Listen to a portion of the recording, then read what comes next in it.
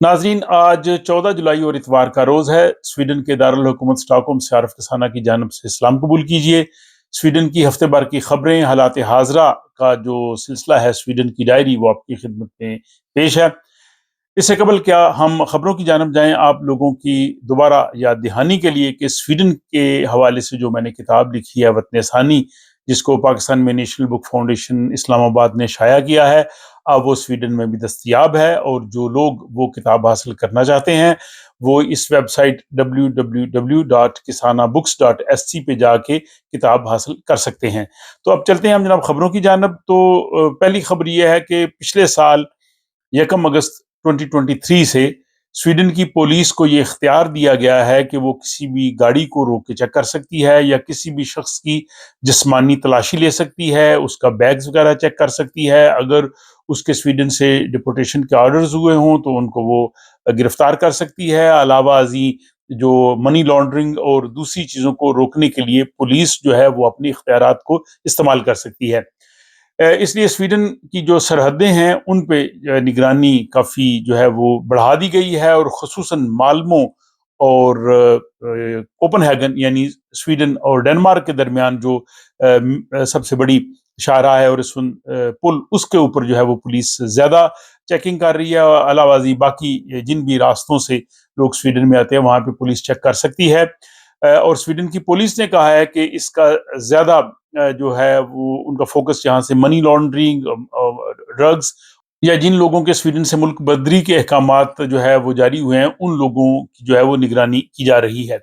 इसी सिलसिले में गुज़श्ता माह जून में स्टॉकहोम के इलाके वेक्सहोल्मेन में एक जो फेरी है वहाँ पे पुलिस ने चेक किया, और वहाँ पे एक पाकिस्तानी खातून और उनके 3 बच्चों को जो है वो हिरासत में लिया गया, क्योंकि उनके स्वीडन से जो है वो चले जाने के अहकामात जारी हो चुके थे। उन 3 बच्चों को तो छोड़ दिया गया, लेकिन उस खातून को अभी तक पुलिस ने अपनी हिरासत में रखा हुआ है, और माइग्रेशन बोर्ड जो है वो उनको स्वीडन से बाहर भेजना चाहता है। उनके वकील उनके लिए कानूनी जंग लड़ रहे हैं, क्योंकि उनके बच्चे यहाँ पे हैं और एक उनका जो है वो स्पेशल चाइल्ड है। इस हवाले से हकूक़ इंसानी से ताल्लुक़ रखने वाली जो तंजीमें या अफराद हैं वो भी जो है वो अपील कर रहे हैं कि उस खातून को जो है वो स्वीडन में रहने दिया जाए, क्योंकि वो एक लंबे अरसे से यहाँ पे स्वीडन में मुकीम थी।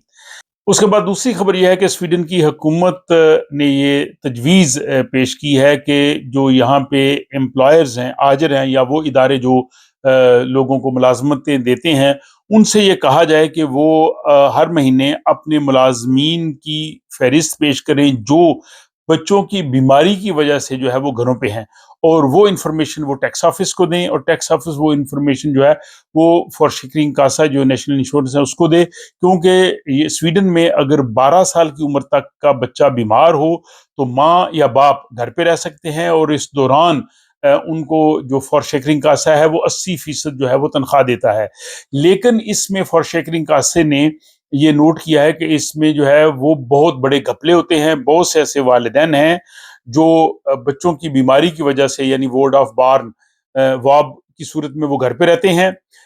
लेकिन कई सूरतों में बच्चे जो है वो स्कूल चले जाते हैं, या कई सूरतों में वो जॉब से भी जो है वो पैसे लेते हैं, और इस तरह से वो फ्रॉड करते हैं। तो अब जो है वो हुकूमत ये चाहती है कि जिस इदारे में वो जॉब कर रहे हों वो इदारे अपने उन मुलाजमों की फहरिस्त जो है वो टैक्स ऑफिस को दें, और फिर वो फॉर शिकरिंग कासा के पास आए, ताकि ये काउंटर चेक किया जा सके कि वाकया ही बीमारी की सूरत में जो है वो वालिदैन छुट्टी कर रहे हैं। और इस सिलसिले में जो वजीर खजाना है उनका ये कहना है कि ये जो मिलियंस स्वीडिश क्राउन के जो हुकूमत को नुकसान होता है उसको ये बचाया जा सकेगा। ये तजवीज़ जो है वो पार्लियामेंट में गई है। पार्लियामेंट अगर इसको मंजूर कर लेगी तो फिर अगले साल 2025 1 जनवरी से इस पे जो है वो अमल दरामद शुरू होगा।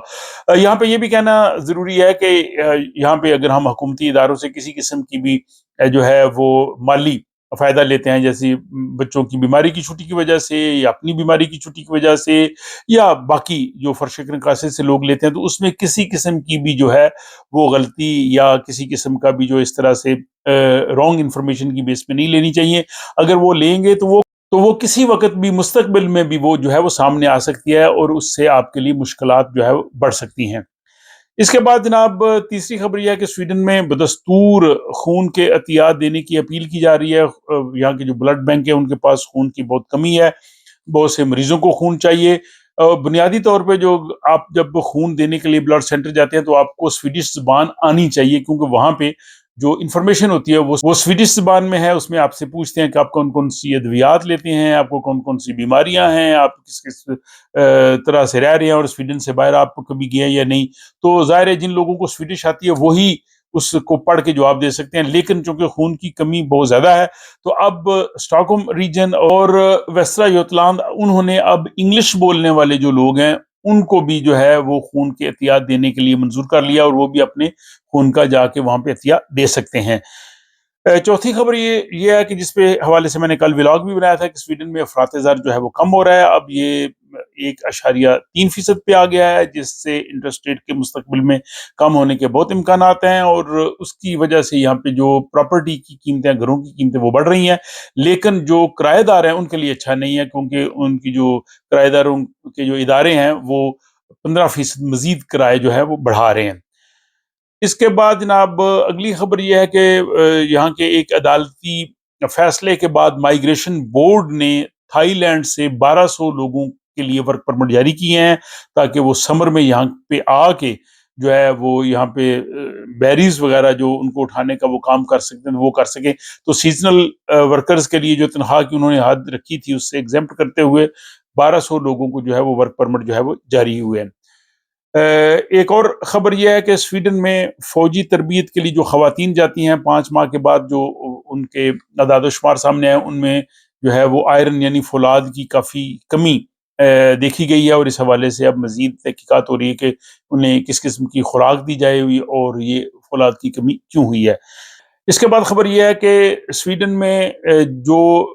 طلبہ ہیں انہوں نے یونیورسٹیز ایڈمیشنز کے لیے جو اپنی درخواستیں جمع کرائی تھیں 11 جولائی کو ان کو جو ہے وہ فیصلے موصول ہو گئے ہیں کہ ان کو ایڈمیشن ملا ہے یا نہیں ملا۔ سویڈن میں یہ اس دفعہ 4,05,000 جو اسٹوڈنٹس ہیں، طلبہ ہیں، انہوں نے یونیورسٹی ایڈمیشنز کے لیے اپلائی کیا تھا، اور ان میں سے 3,24,000 جو ہیں ان کو داخلے مل گئے ہیں، اور باقی جو ہیں وہ بہت سے ظاہر وہ ویٹنگ پہ ہوں گے۔ تو یہ تمام یونیورسٹیز ہیں جو کالج کے بعد، جمنازیم کے بعد جو اسٹوڈنٹس ہیں وہ ایڈمیشنز کے لیے جنہوں نے اپلائی کیا تھا، اور ان کی جو کلاسز ہیں وہ اگست اس سال سے جو ہے وہ شروع ہو جائیں گی۔ اس کے بعد جناب گرمیوں میں کچھ علاقوں میں بارش کے بعد جو ہے وہ سیلابی صورتحال وہ بھی ہو گئی ہے، جس میں اسپیشلی لین شاپنگ، یون شاپنگ کا علاقہ ہے، اور جو اسٹاکہولم سے مالمو کی طرف جو بڑی شاہراہ موٹر وے جاتی ہے E4، اس کو بھی بعض علاقوں میں جو ہے وہ بند کرنا پڑا ہے۔ اور خبر یہ ہے کہ بدھ کے روز اسٹاکہولم کا جو سینٹرل اسٹیشن ہے اس میں بم کی اطلاع پولیس کو ملی، ایک شخص نے چیخنا شروع کیا کہ اس نے وہاں کو ایسی چیز دیکھی جس میں بم ہو سکتا ہے۔ اس کے بعد پولیس وہاں پہ پہنچی، اس نے اس سارے علاقے کو بند کیا، اور اس کے بعد وہاں سے وہ مشتبہ جو چیز ہے انہوں نے پکڑی، اور اس کے بعد انہوں نے 2 افراد کو جن کی 30 سال کے قریب عمر بتائی جا رہی ہے، اس میں ایک خاتون اور ایک مرد ہے، دونوں کو پولیس نے گرفتار کیا، اور اب مزید تفصیلات کا جو ہے وہ انتظار ہے۔ اور آخری خبر یہ ہے کہ سویڈن میں اگرچہ بے روزگاری بڑھ رہی ہے، اور اس وقت سویڈن میں جو رجسٹرڈ بے روزگار ہیں ان کی تعداد 3,48,000 ہے، اور یہ تقریباً پوری آبادی کا 6.6% جو ہے وہ بنتا ہے۔ لیکن ساتھ ہی جو لوگ جابز کے لیے اپلائی کر رہے ہیں ان کو جاب بھی جو ہے وہ مل رہی ہے، تو مارکیٹ جو ہے، لیبر مارکیٹ ہے، وہ بھی جو ہے وہ بہتر ہو رہی ہے۔ تو یہ جناب آج کے دن 14 جولائی اتوار کے روز سویڈن کی ڈائری تھی، جس میں ہفتے بھر کی اہم خبریں، رپورٹس، ان کا جائزہ آپ کی خدمت میں پیش کیا گیا۔ یہ آپ کو کیسا لگا؟ اپنی رائے سے ضرور آگاہ کیجیے، اپنا خیال رکھیے گا، اور مجھے دیجیے اجازت۔